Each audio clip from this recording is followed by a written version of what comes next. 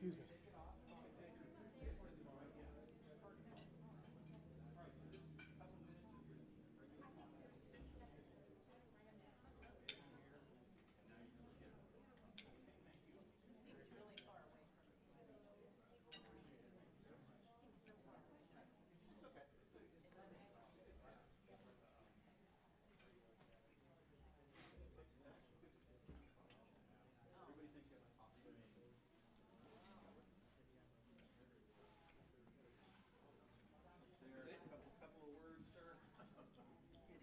To be here. We reshowed that Ohio State one a couple of Is that the casual one over here? The forum that we, was it the one that was, yeah, I like that forum, yeah. one of my favorites. Yeah. And so timely. It was right before all the protests kicked in. Yeah. Bill Patterson was like, this is the time of protest. Like, what's he talking about? Yeah, that's right. 11:57. We're missing someone. Yeah, I know.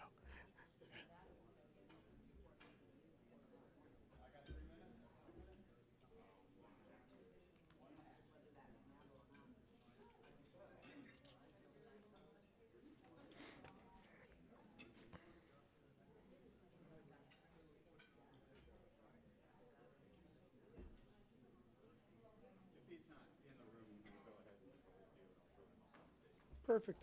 Yeah, he can come around this side.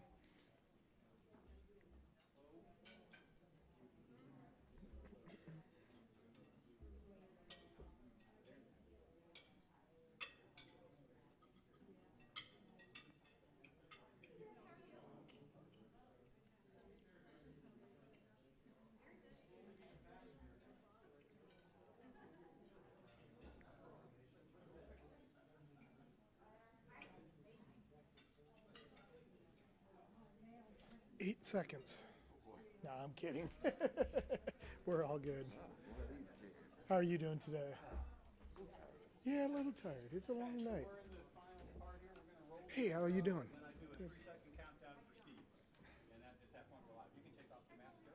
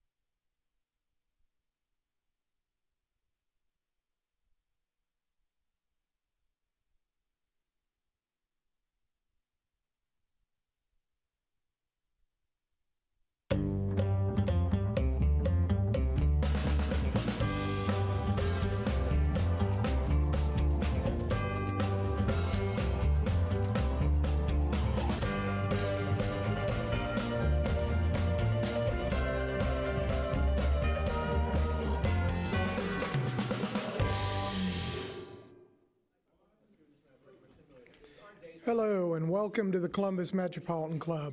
I'm Steve Marks, Chair of the CMC Board of Directors and President of Hannah News Service here in Columbus. It's great to see you here today. Great news today, we're going to welcome several new CMC members.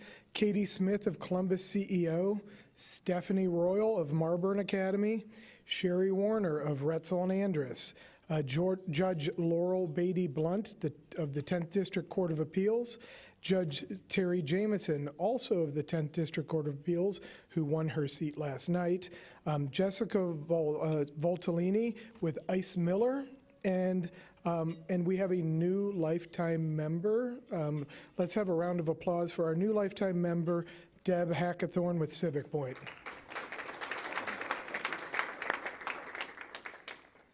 A word about membership. Conversation moves us forward and members power our conversations.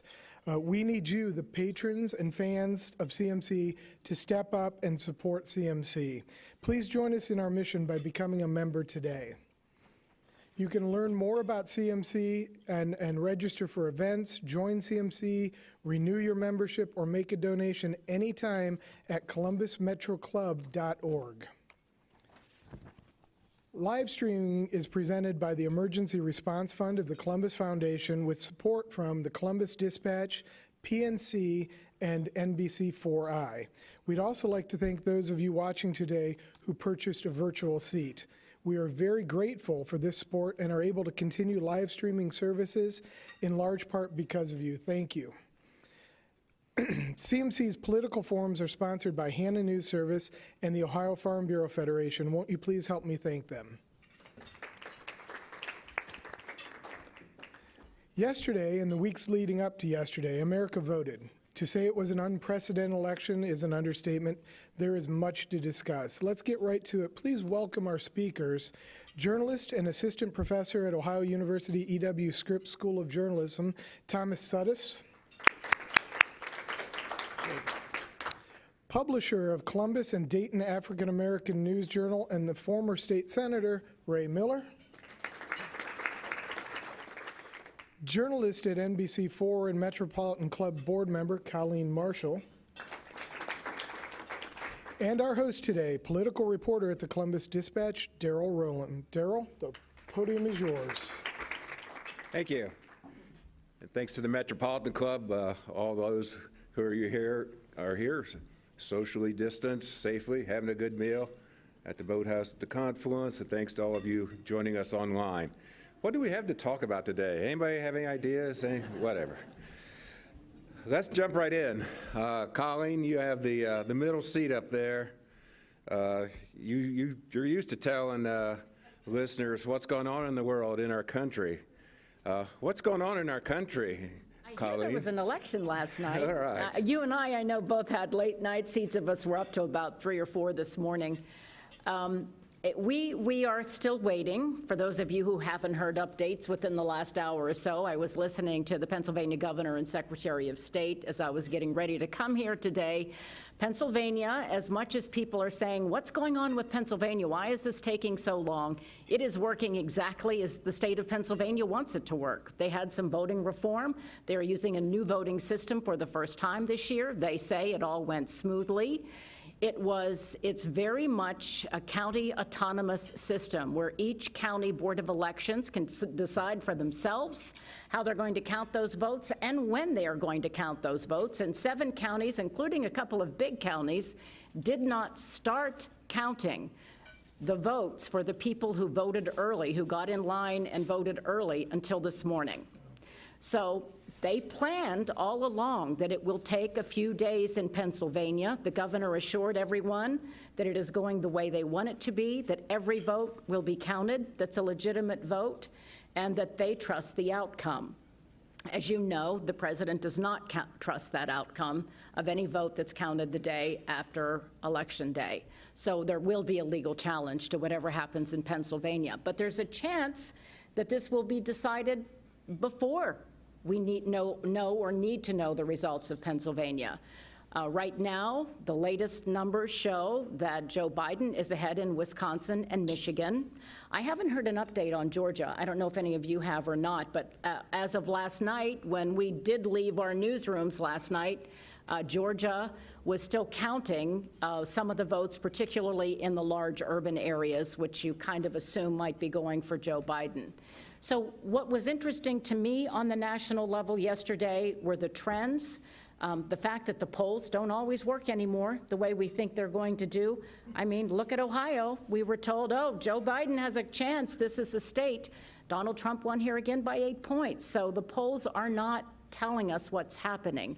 And the trends are showing, and I'll wrap this up. I don't want to take everyone's time, but the trends are showing, as expected, urban areas are shifting far more toward the Democratic Party.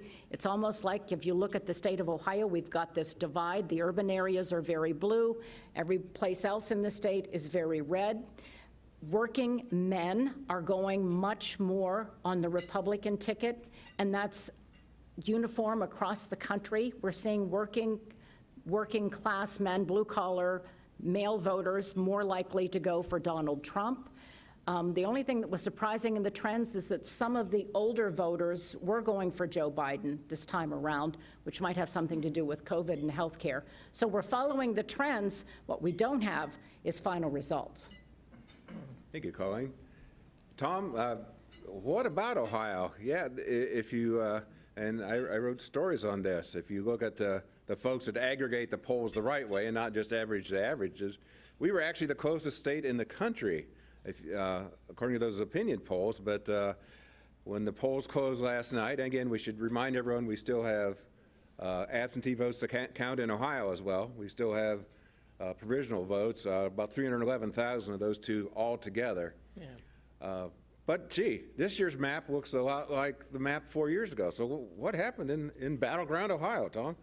I wish I could tell you what, thank you everybody for being here, by the way. I wish I could tell you what happened. I did some back of the envelope stuff last night, or this morning rather, and I came to a very tentative and totally unscientific hypothesis about kind of what happened in Ohio. But the overarching picture is the Democrats had a very bad day in Ohio. Their only real victory was electing a justice to the Supreme Court, Justice Jennifer Brunner of the Ohio Court of Appeals from Franklin County. They actually lost a seat or two in the Ohio House and lost a seat in the Ohio Senate. And none of the congressional seats changed hands. That's not really a surprise. But I did again, Darrel knows survey research really well, so I'm going to be embarrassed giving him this primitive version of what I did. I looked at 2016, the 10 Ohio counties in which Mrs. Clinton got the highest number of votes. Obviously, Franklin was one of them, Cleveland, Cuyahoga is another one, in Hamilton and so forth, Montgomery. Then I looked at what Mr. Biden's vote was in Ohio yesterday in those same counties. Again, it's early preliminary numbers. And it is true that in each case, Mr. Biden did better than Senator Clinton did in 2016 in those big counties. Then I thought to myself, well, that's not a total surprise, but it wasn't enough more to make a difference, because I looked at some counties then in which, in 2016, President Trump had the greatest number of percentage of the overall vote in the given counties. And I'm going to tell you 3 counties I took, which in some respects are outliers to begin with, for funny reasons I'll mention, but also I think revealed what the secret was of the Republican strategy about Mr. Trump's victory in the state. I looked at Putnam and Mercer and Holmes. They gave him more of their votes than any other county percentage-wise in the state in 2016. I didn't see what they did this time as far as percentage goes, but I do know they actually exceeded the totals they gave him in 2016 by several thousand votes in each case. I mentioned the exceptions are, of course, Holmes County is overwhelmingly Amish in its background, and Mercer and Putnam are probably the 2 most Catholic counties in the state. This I can document. I won't waste your time telling you why that's the case. So there are demographic exceptions there, but the fact is it looks to me as if what happened is the Trump campaign managed to squeeze every last possible vote out of anybody who maybe in 2016 in some counties had said, well, I'm not sure about Donald Trump for president. I'm not sure he's ready for this, or I'm not sure he should do this. I have doubts about this. They resolved the doubts in 2020 in favor of the president, I think, by getting really big mobilization in these other counties. And so I think, yes, the urban metropolitan divide is very real, but I also think the Democrats did not mobilize and get their troops as excited about voting for their candidate as the GOP did for Mr. Trump in a lot of places in the state. That's one thing about it. And I think that's a central issue and a central factor in what happened in Ohio yesterday. If I could cover real quickly. Sure. I've been covering elections for more than 40 years, and I think the base for Donald Trump has more passion and support for him than just about any other base I've ever seen, for whatever reason. And then the people who are against Donald Trump are kind of head-scratching and saying, who could support this guy? So you've got these 2 polar opposites, but his base is truly passionate and devoted to him in a way that we have not seen in very many candidates. That's true. Well, Senator Miller, as a longtime loyal Democrat, after 2016 was going to be so different in 2018 in the midterms. And it was a little bit in some legislative seats in suburban Ohio, but certainly not on a statewide level. And then 2020, as we say, it looked like the Democrats had a real shot. I don't know if it's Sherrod Brown or who, but somehow Joe Biden was persuaded to change his schedule, come into Burke Lakefront Airport up in Cleveland the day before the election. Kamala Harris, Senator Harris's husband, was probably about a half mile from where we're sitting here. It was exactly 24 hours ago now. So they obviously thought they were seeing something that they had a shot. They didn't. What's wrong with the Democrats in Ohio? What's wrong with the message? What needs to be done to dig out of this hole? Well, let me start with some good news. Let's start locally, and I'll work my way up to the state and national.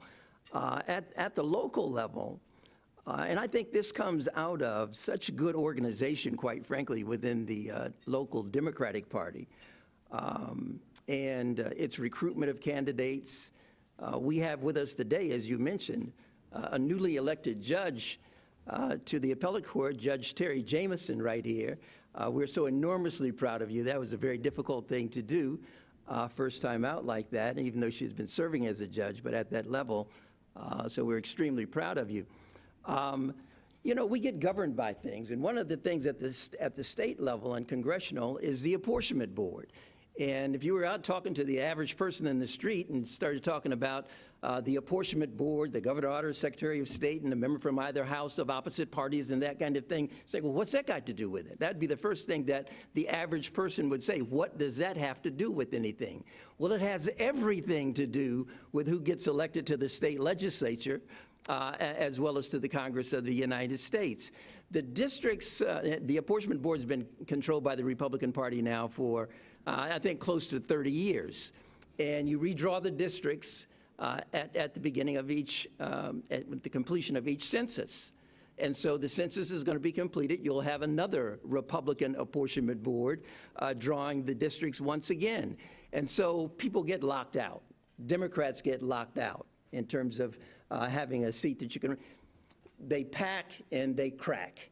And what I'm saying there is when you pack all of the African Americans, and that's the typical strategy, or as many Democrats as you possibly can into as few districts as you possibly can, then that ends up giving you the kind of majority that you have within the Ohio House and the Ohio Senate. It's not that the candidates are superior. It's not that they have greater intellect or anything like that. It's just that those districts are drawn where they're 60% Republican. Or you'll have a couple within the central city that are 87% Democratic. And so there's no way to negotiate that other than to continue to raise your money, and hopefully you can find a weak candidate who's done something wrong, like Larry Householder, who's been stealing money left and right, but still gets elected last night, didn't he? Still got elected last night because the district is drawn, for a person from his party. Other other good news in Columbus and in Franklin County, all of the Democrats won in Franklin County, and they won because they've been serving extremely well. Kevin Boyce has been doing a great job. John O'Grady's been on the commissioners board there and doing a great job for quite a long time now. We had Judge Stroud also first time out to win a race. But the big deal in Franklin County was the prosecutor. Ron O'Brien's been the prosecutor for 25 years, and lost to Judge Gary Tyack. And that is really substantial. The prosecutor's office in Franklin County really is stronger than any other prosecutor's office in the state of Ohio, just based on the additional responsibilities that they have.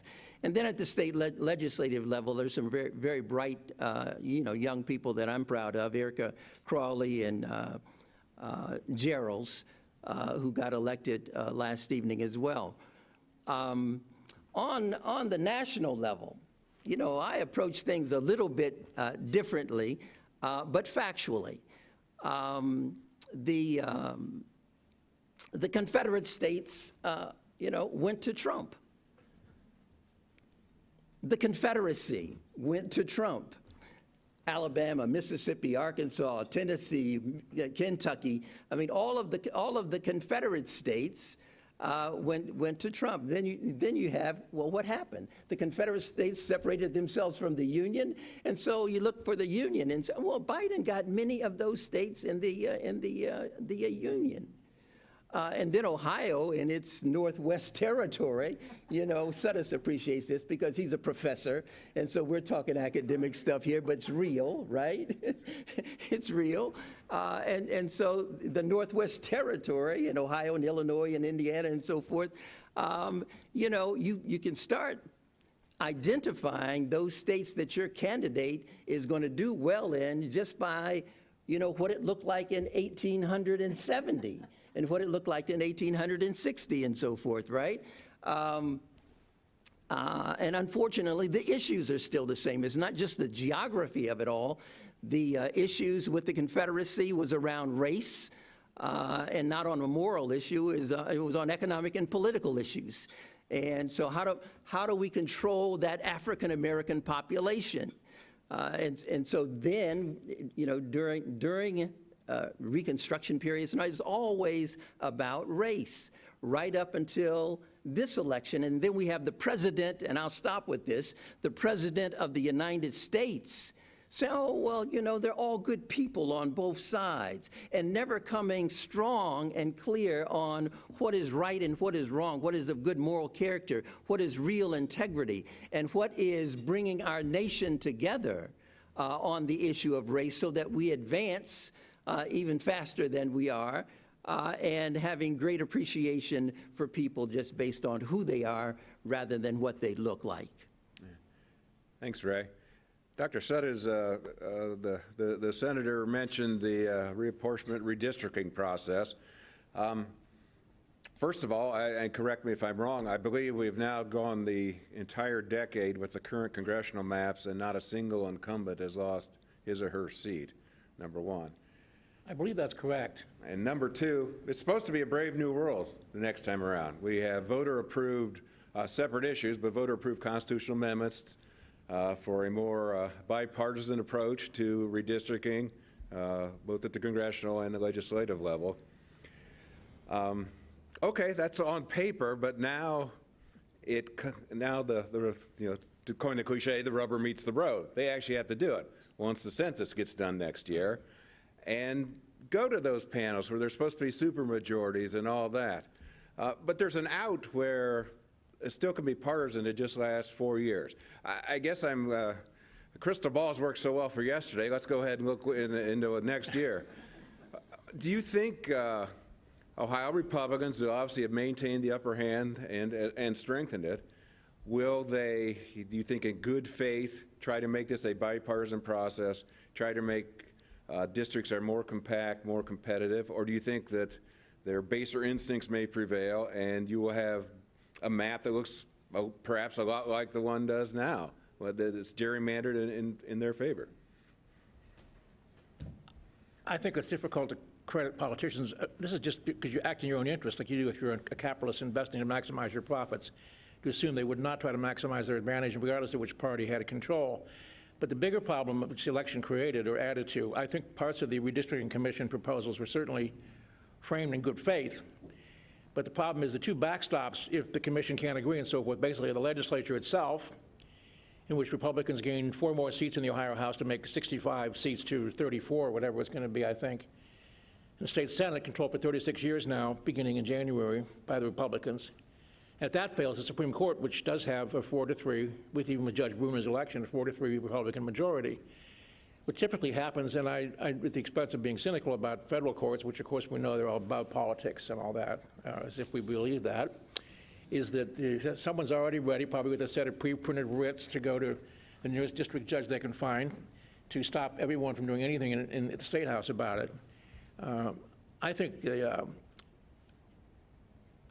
there's a possibility, though, depending. I think Judge Kopp, who's the new speaker, probably will remain speaker, is a pretty straight arrow guy, a Republican committed of Malin County. That's redundant when Malin County is concerned. Might be willing to do what Speaker Reif used to do, which actually was, we're going to lose any seats in Congress, we'll just give each party will lose one, and that did happen that way. In the legislature, it's hard to say what could happen with the way the districts are. Supposedly they're going to be more cleanly drawn than they were, but I don't hold much optimism for any substantial change. I presume with the election result yesterday, Republicans will continue to dominate both the congressional process and the General Assembly process in drawing the districts. Now, I should also mention one thing Mr. Miller, I know, is aware of, because it's one thing you certainly are correct in being passionate about, and that's the fair enforcement and the full enforcement of the Voting Rights Act, which is, to me, it's been weakened, but I think it's one of the central charters of American freedom for everybody. And that has implications for General Assembly redistricting and congressional redistricting as well. And depending on how it's done, of course, any plan can be vulnerable to a Voting Rights Act challenge if it, in effect, dilutes or draws down the political clout of non-Caucasian voters. That's at least a safety valve, depending on who the judges are and all the rest of it. So I think that's one thing we can think about. But the overall process, I think, will probably tend to be a pro-Republican process. And it would be the other way if Democrats were on the show, I suspect. Thank you. Colleen, let's jump back to the national level. I'm not sure, because it was in the, the middle of the night or 3 in the morning. The president's declaration to great cheers in the East Room that the county, basically the county should stop now, and I'm going to win all these states, and anything that happens beyond this is fraudulent, and I'm going to go straight to the Supreme Court, where, by the way, I just have picked 3 justices. Can you talk about that issue in 2 regards? One, more benignly perhaps, what does this do to confidence in the system? And does my vote count? Does my vote not count? And number 2, anyone who's driven, a mile or 2 from here through downtown Columbus has seen lots more windows suddenly boarded up, right? And this has happened in major cities everywhere. There was a new wall put around, new fence, unscalable fence put around the White House. There were legitimate, well, I won't call them legitimate. There were fears of violence. Do you think this, you hate to be apocalyptic. You always hope for the best, but plan for the worst. But Does that increase the prospect, you think? I think it does. And one thing that struck me last night, of course, I was watching the election results unfold on NBC, and I really like the way Chuck Todd can break down the numbers county by county. But the thing that struck me was once the president made his what can only be called a victory speech, he came out and declared himself the winner and questioned the legitimacy of any vote that is counted after Election Day. He said this was a system created for chaos to, basically to delegitimize his clear victory when there were millions of votes out there still to be counted. And what struck me in the middle of this speech as I'm watching it and thinking, wait, he's saying things that aren't true. He's saying that that's not true about Pennsylvania. That's not true about Michigan. What he's saying right now about Georgia, that's not true. And I'm sitting there listening to this, and all of a sudden, Savannah Guthrie cut in and said, we're breaking away from this because what the president is saying is not true. He is not the winner.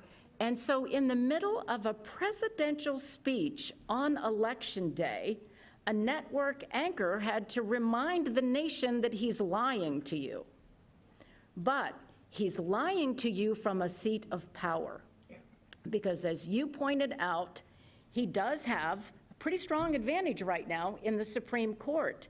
He does have a whole slate of attorneys who are ready to go right to the Supreme Court and argue his case that these other votes aren't legitimate. So I feel for people like Frank LaRose, a Republican Secretary of State, who, one of the first things I asked him, we had him on live last night at 7 o'clock, just right before the polls were closing.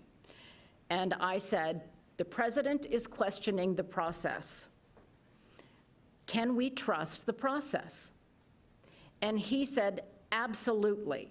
And these secretaries of state across the nation are saying, you can trust the process. We are legitimate. We are counting every legitimate vote. We are making sure that every vote counts. And it's as if they're screaming into a well, because they are going to be, there's a big, powerful voice saying, you are all wrong. No matter what party you're in, you're wrong. And I think it's setting up a very dangerous situation for democracy. This is my personal opinion right now. I'm not speaking for NBC4.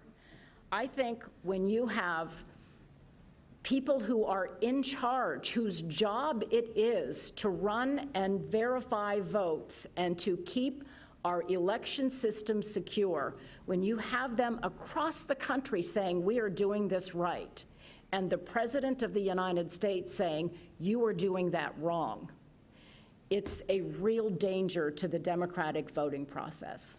Again, that is my personal opinion. I'm not speaking for NBC4. Obviously, democratic small d voting process. Right, Yeah. right. It is so serious.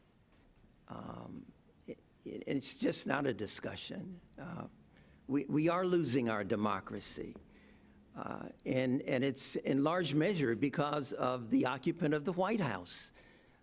Unfortunately, it's in large measure because of the President of the United States.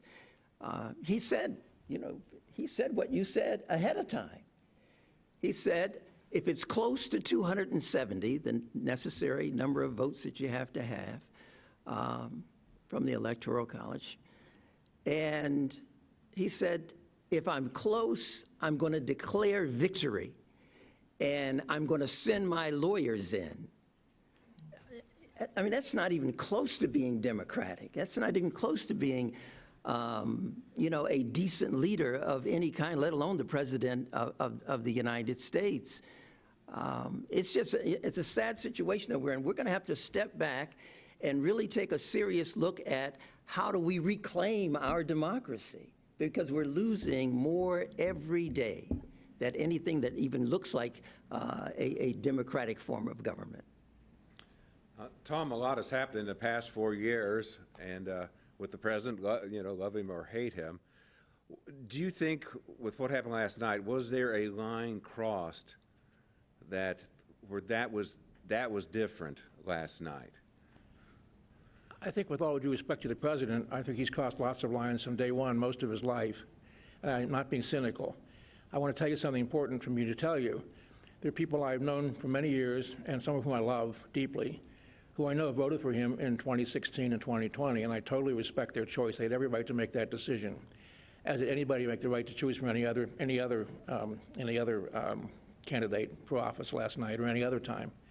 So I'm not questioning anyone's motives, but I think we have to keep in mind something that, at the expense of sounding like I'm being Mr. PC, and I'm not, I assure you, is the question of how people have mobilized things like race and gender and other side issues. I mean, they're not even issues to me, but they're issues to many people, to mask the fact of economic inequality in our country.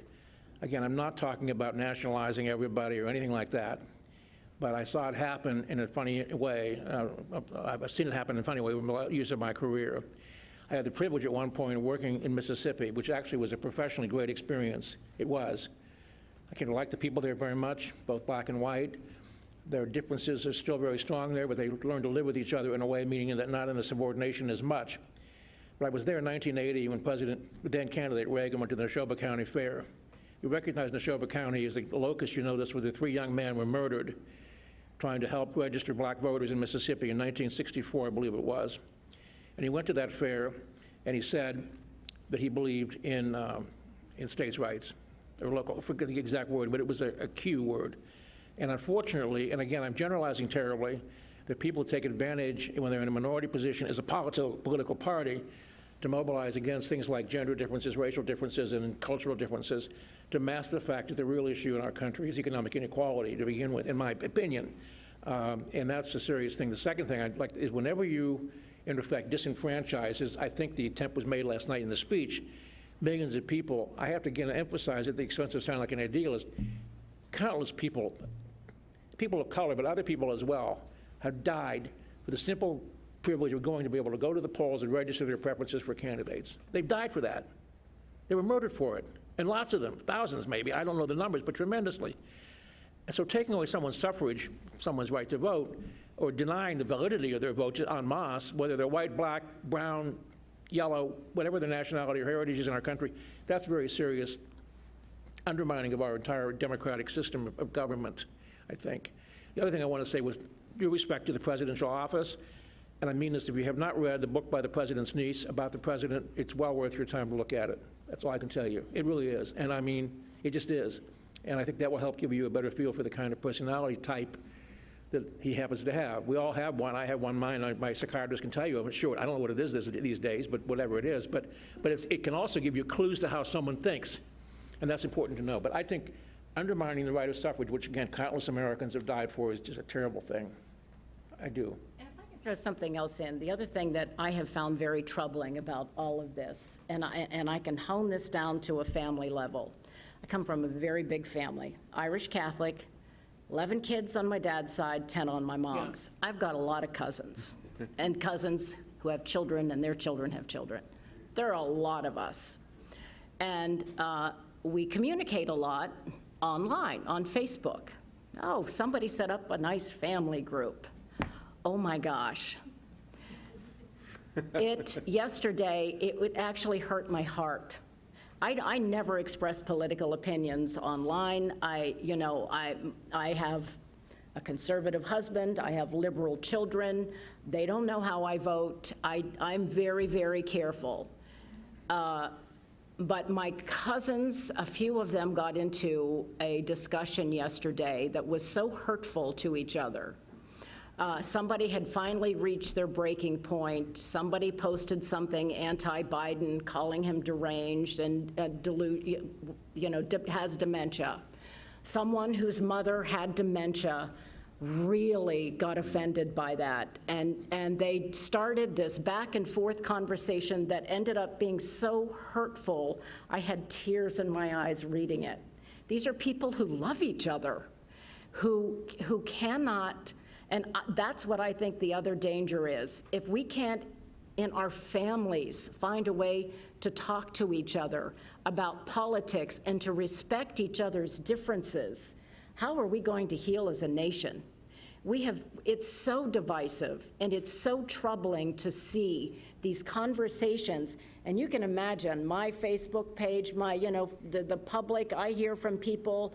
If I have a Democrat on my show, people call me, I knew you were red. If I have a Republican, they say, you're a liberal, and people are just so hateful.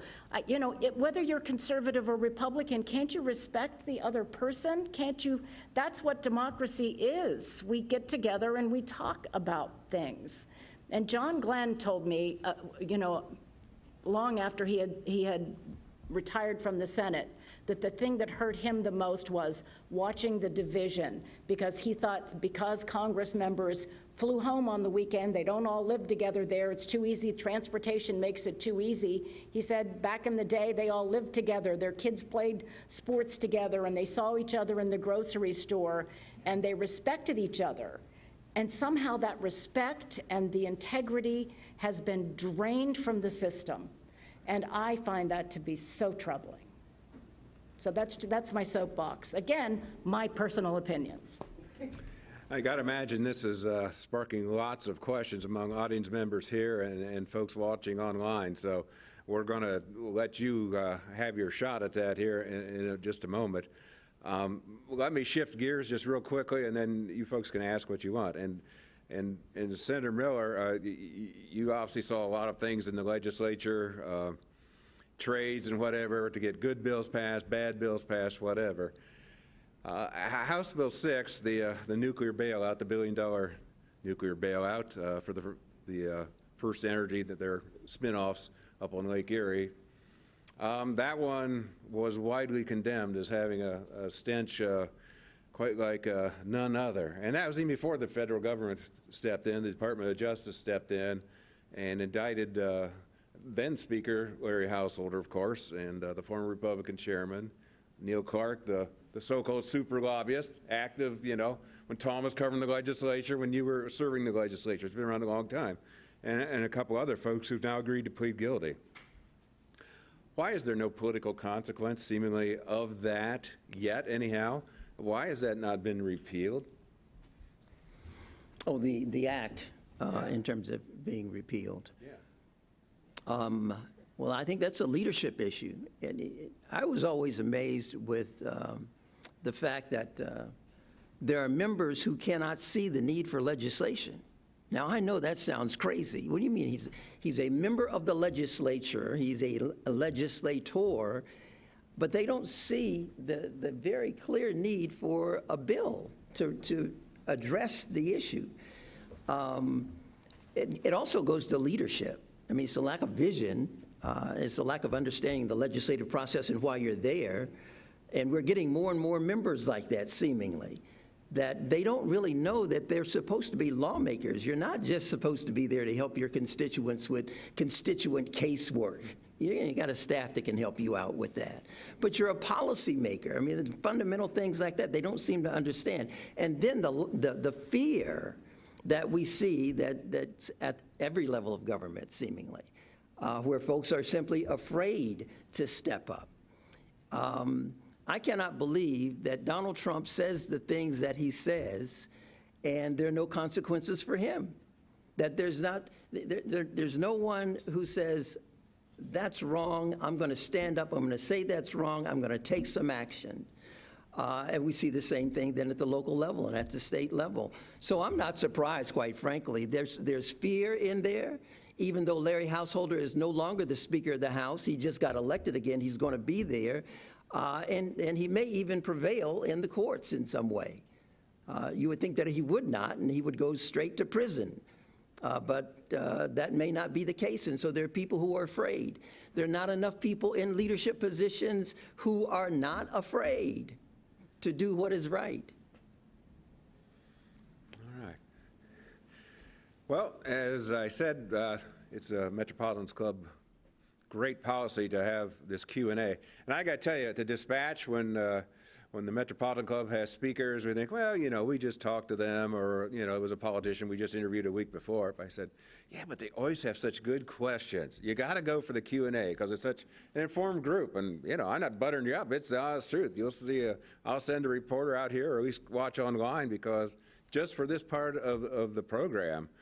So, Jane Scott, you're curating them from our live stream audience. And if you're here in the audience, I think you know the spiel. I mean, I could pretty much say it by heart. Yeah, this is not the time for speechifying. Ask your question. It's like Jeopardy. Make it in the form of a question. Okay? Jane, what do you have for us? Well, thank you, Darrell, and you're right. We always really get a lot of good questions. I think you've addressed some of this, but let's maybe get into a little bit more. Richard Needles, Productive People Strategies, LLC. What early trends did you look for last night when watching the election results? What were the key things that just went, oh, wow? Well, I think what I was watching for, which is what we all expected, we knew the early votes were going to be those people who stood in line, and that was going to be heavily Democratic. I think we were just watching at the beginning to see what we expected. Would it come true? And it did. Obviously, there was a shift later in the night. The in-person votes were more Republican. But I also was checking throughout the evening to see how reflective were these polls that we kept hearing about, and they really weren't too reflective of the reality. Didn't you think? Were you surprised by that? I was not, but not because I think that I'm suspicious of polling. I think that some people are less hesitant, or more hesitant than they ever were before, to reveal their opinions to strangers about the presidency because of the volatility of the president's manner, personality, and the controversy surrounding him. That's all. I think people just aren't always frank. That's my opinion. If polling is done correctly, it's right, it's accurate, but you can't account for people not being candid with you. Ray? Oh, I simply approached it in terms of who was going to break out from the Confederate States. Yeah.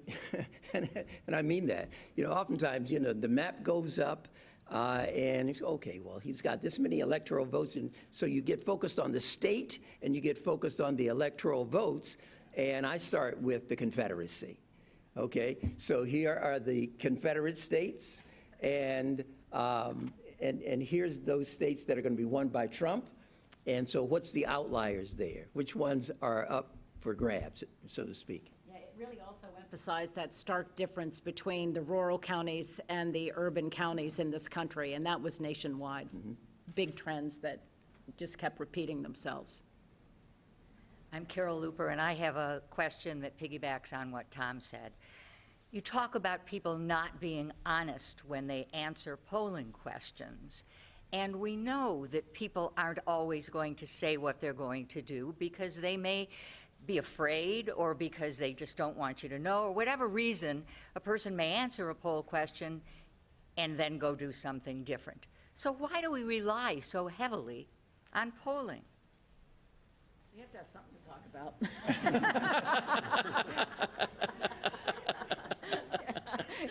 It's a long campaign, Carol. Come on. I don't know why we rely so heavily on polls, but I follow them all the time. Don't you? Because people want to know the future. Why do we still want horoscopes in newspapers? People want to know the future. I mean, I'm not equating with horoscopes, but that's just human uncertainty. I've always believed that the central quest of human life from the time we're born is the quest for certainty. And I think they think that adds some level of certainty to things that otherwise in a world that's just atoms bouncing around like pinballs or something. I think that's part of it, psychologically. I mean, good polling does work, as you all know. Many of you have done all kinds of market research and for your firms or for your, but I was afraid to take the statistics when in graduate school. I was terrified. I'm horrible at math. Don't tell my readers that anyway. But but if it's done properly, it's actually been proven to be precise. But it's just because maybe there's such a plethora of them anymore. Everyone's got a poll, and you don't know, it isn't the original Gallup thing, and who knows? I think we should point out one of these events that I wasn't sitting up here, but I was out there covering, was when you had the pollster Neil Newhouse in, and Public Opinion Strategies. He's a Republican pollster, helped a lot of clients in Ohio way back to Bob Taft and probably before. And, has helped the administration, the Trump administration. And he said right there, people are asking about the polls after 2016, and his conclusion was they lied. Sounds ugly, but it's kind of what Tom was saying too. And you heard a lot about the shy Trump voter and all that. But the pollsters swore we were going to get it right, and we're going to make sure we have that white the less educated white voters that we undersampled the years before. And there were projections that even if the polls were wrong by the same amount they were in 2016, that Biden would still prevail, which still may be the case, of course. But wow, public opinion polling has a very interesting future, as long as Donald Trump is one of the names on it. This question's from, and excuse me, Jack, if I get your name wrong, Jack Towarnicki, American Retirement Association. There have been a lot of claims about Joe and Hunter Biden and Donald Trump. Will the Justice Department pursue or investigate the election loser? If you think yes, why? If you think no, why not?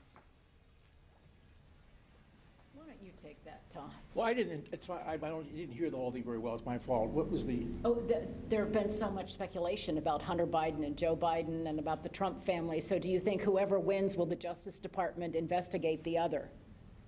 I wouldn't be surprised. I don't know. I think in some respects people have become a little bit overly. They may have been so swamped with investigations that they may not happen that way. I think that probably any president, though, if Mr. Biden becomes president, I think as a matter of credibility, he's probably going to have to let and not get in the way of an investigation.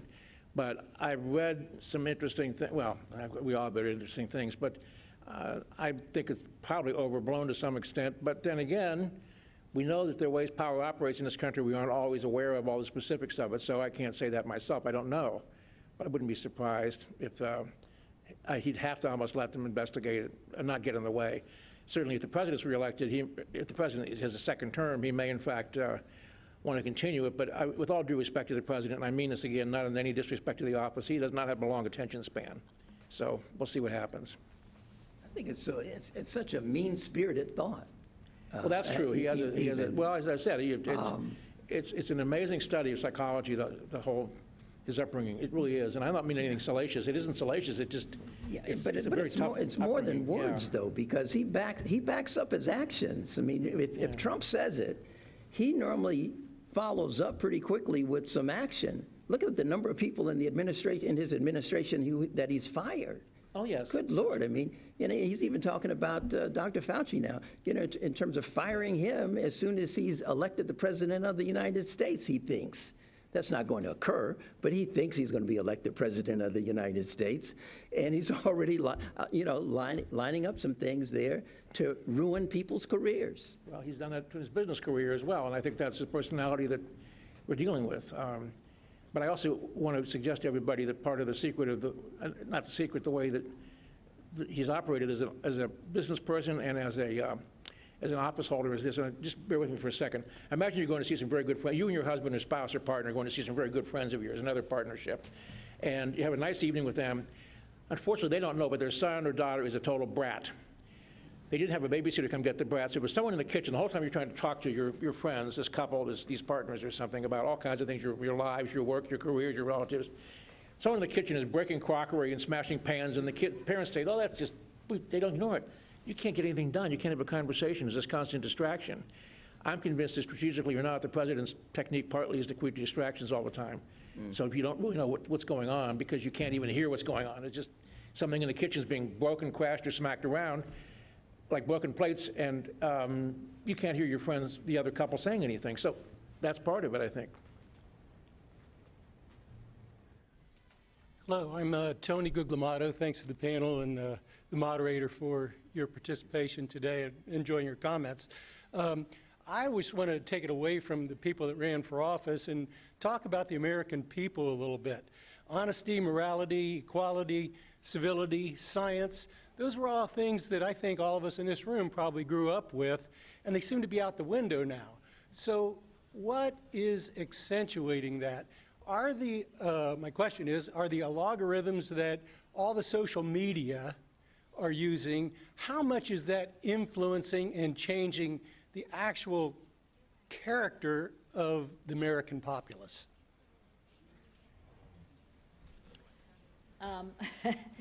How the algorithms are changing?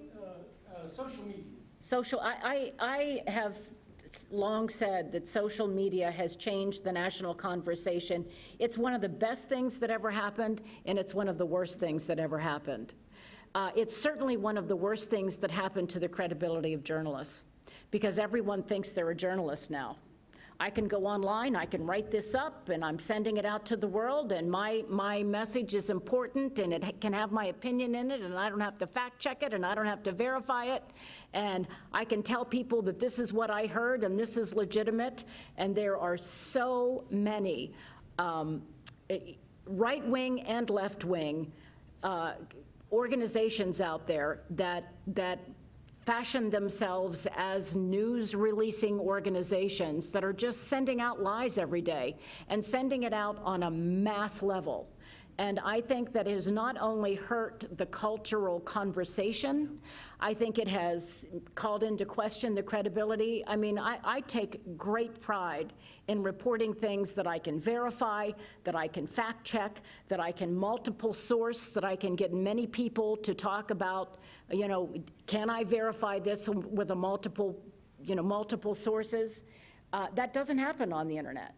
And I think that again, this is my personal opinion, it's a great thing the way we can communicate with family all across the country, and it is a terrible thing the way that lies can be sent out at the speed of light.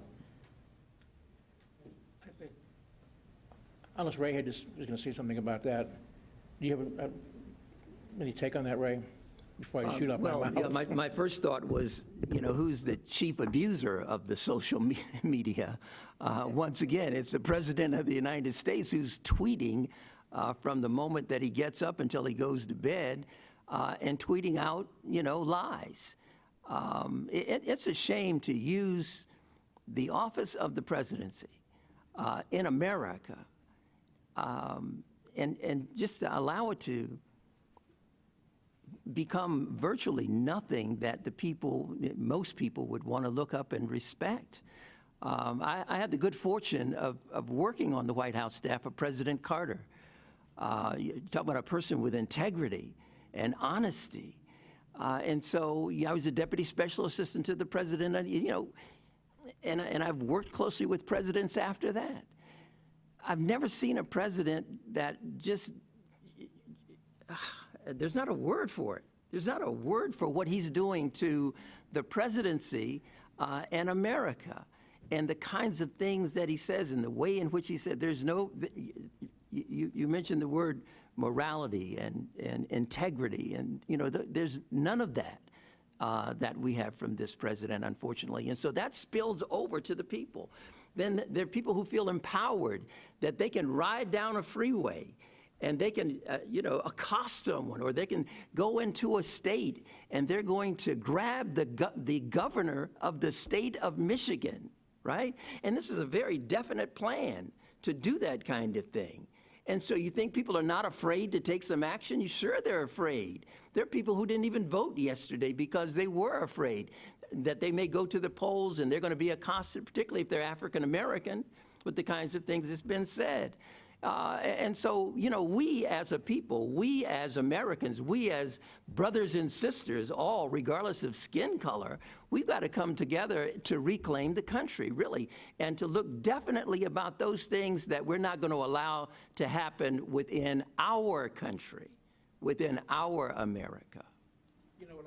What I've thought time and again, forgetting the politics and the specific policies and decisions of the preceding president, I keep thinking of the dignity with which the predecessor, Mr. Obama, conducted himself as a representative of our country. And I keep wondering what Europeans and people in Asia and Africa and Latin America, seeing the contrast between the incumbent's demeanor and the dignity with which the previous first couple conducted themselves as representatives of our country. I think it's a shocking difference, frankly, and I wish so long for anyone to be more dignified than they've been currently, because I worry about how we look to the rest of the world, frankly. And I think the contrast is shocking when you think about it, but that's me. I'm Lee Martin with Rimkus Consulting Group, and I certainly agree with all the statements I'm hearing about the lack of honesty and civility in the political process. I asked here recently when we might expect some honesty in the political process, and I was essentially told I wouldn't live that long. So we won't worry about that. What I'm concerned, I'm seeing both of these parties spending billions of dollars fighting with each other and doing absolutely nothing to solve the problems of the people in this country, like the businesses I see going out in Clintonville and other places besides just my own neighborhood. I don't see anything being done on immigration, racial justice, gun violence, any of those subjects. And I'm just wondering when we might expect that to happen, if ever. Boy, that is the $64 million question. I sometimes think of those Sandy Hook parents, how long they've been waiting, and they're still fighting. I don't have an answer to that. There's so much. I just hope whatever happens with this race, that somehow reason prevails and we start talking to each other. And until that happens, I don't see progress on the national or the state level. I'll tell you what we don't need. We don't need another study. You know, that happens too often. It's like, okay, so now these are the issues that we want to deal with, that we want to address.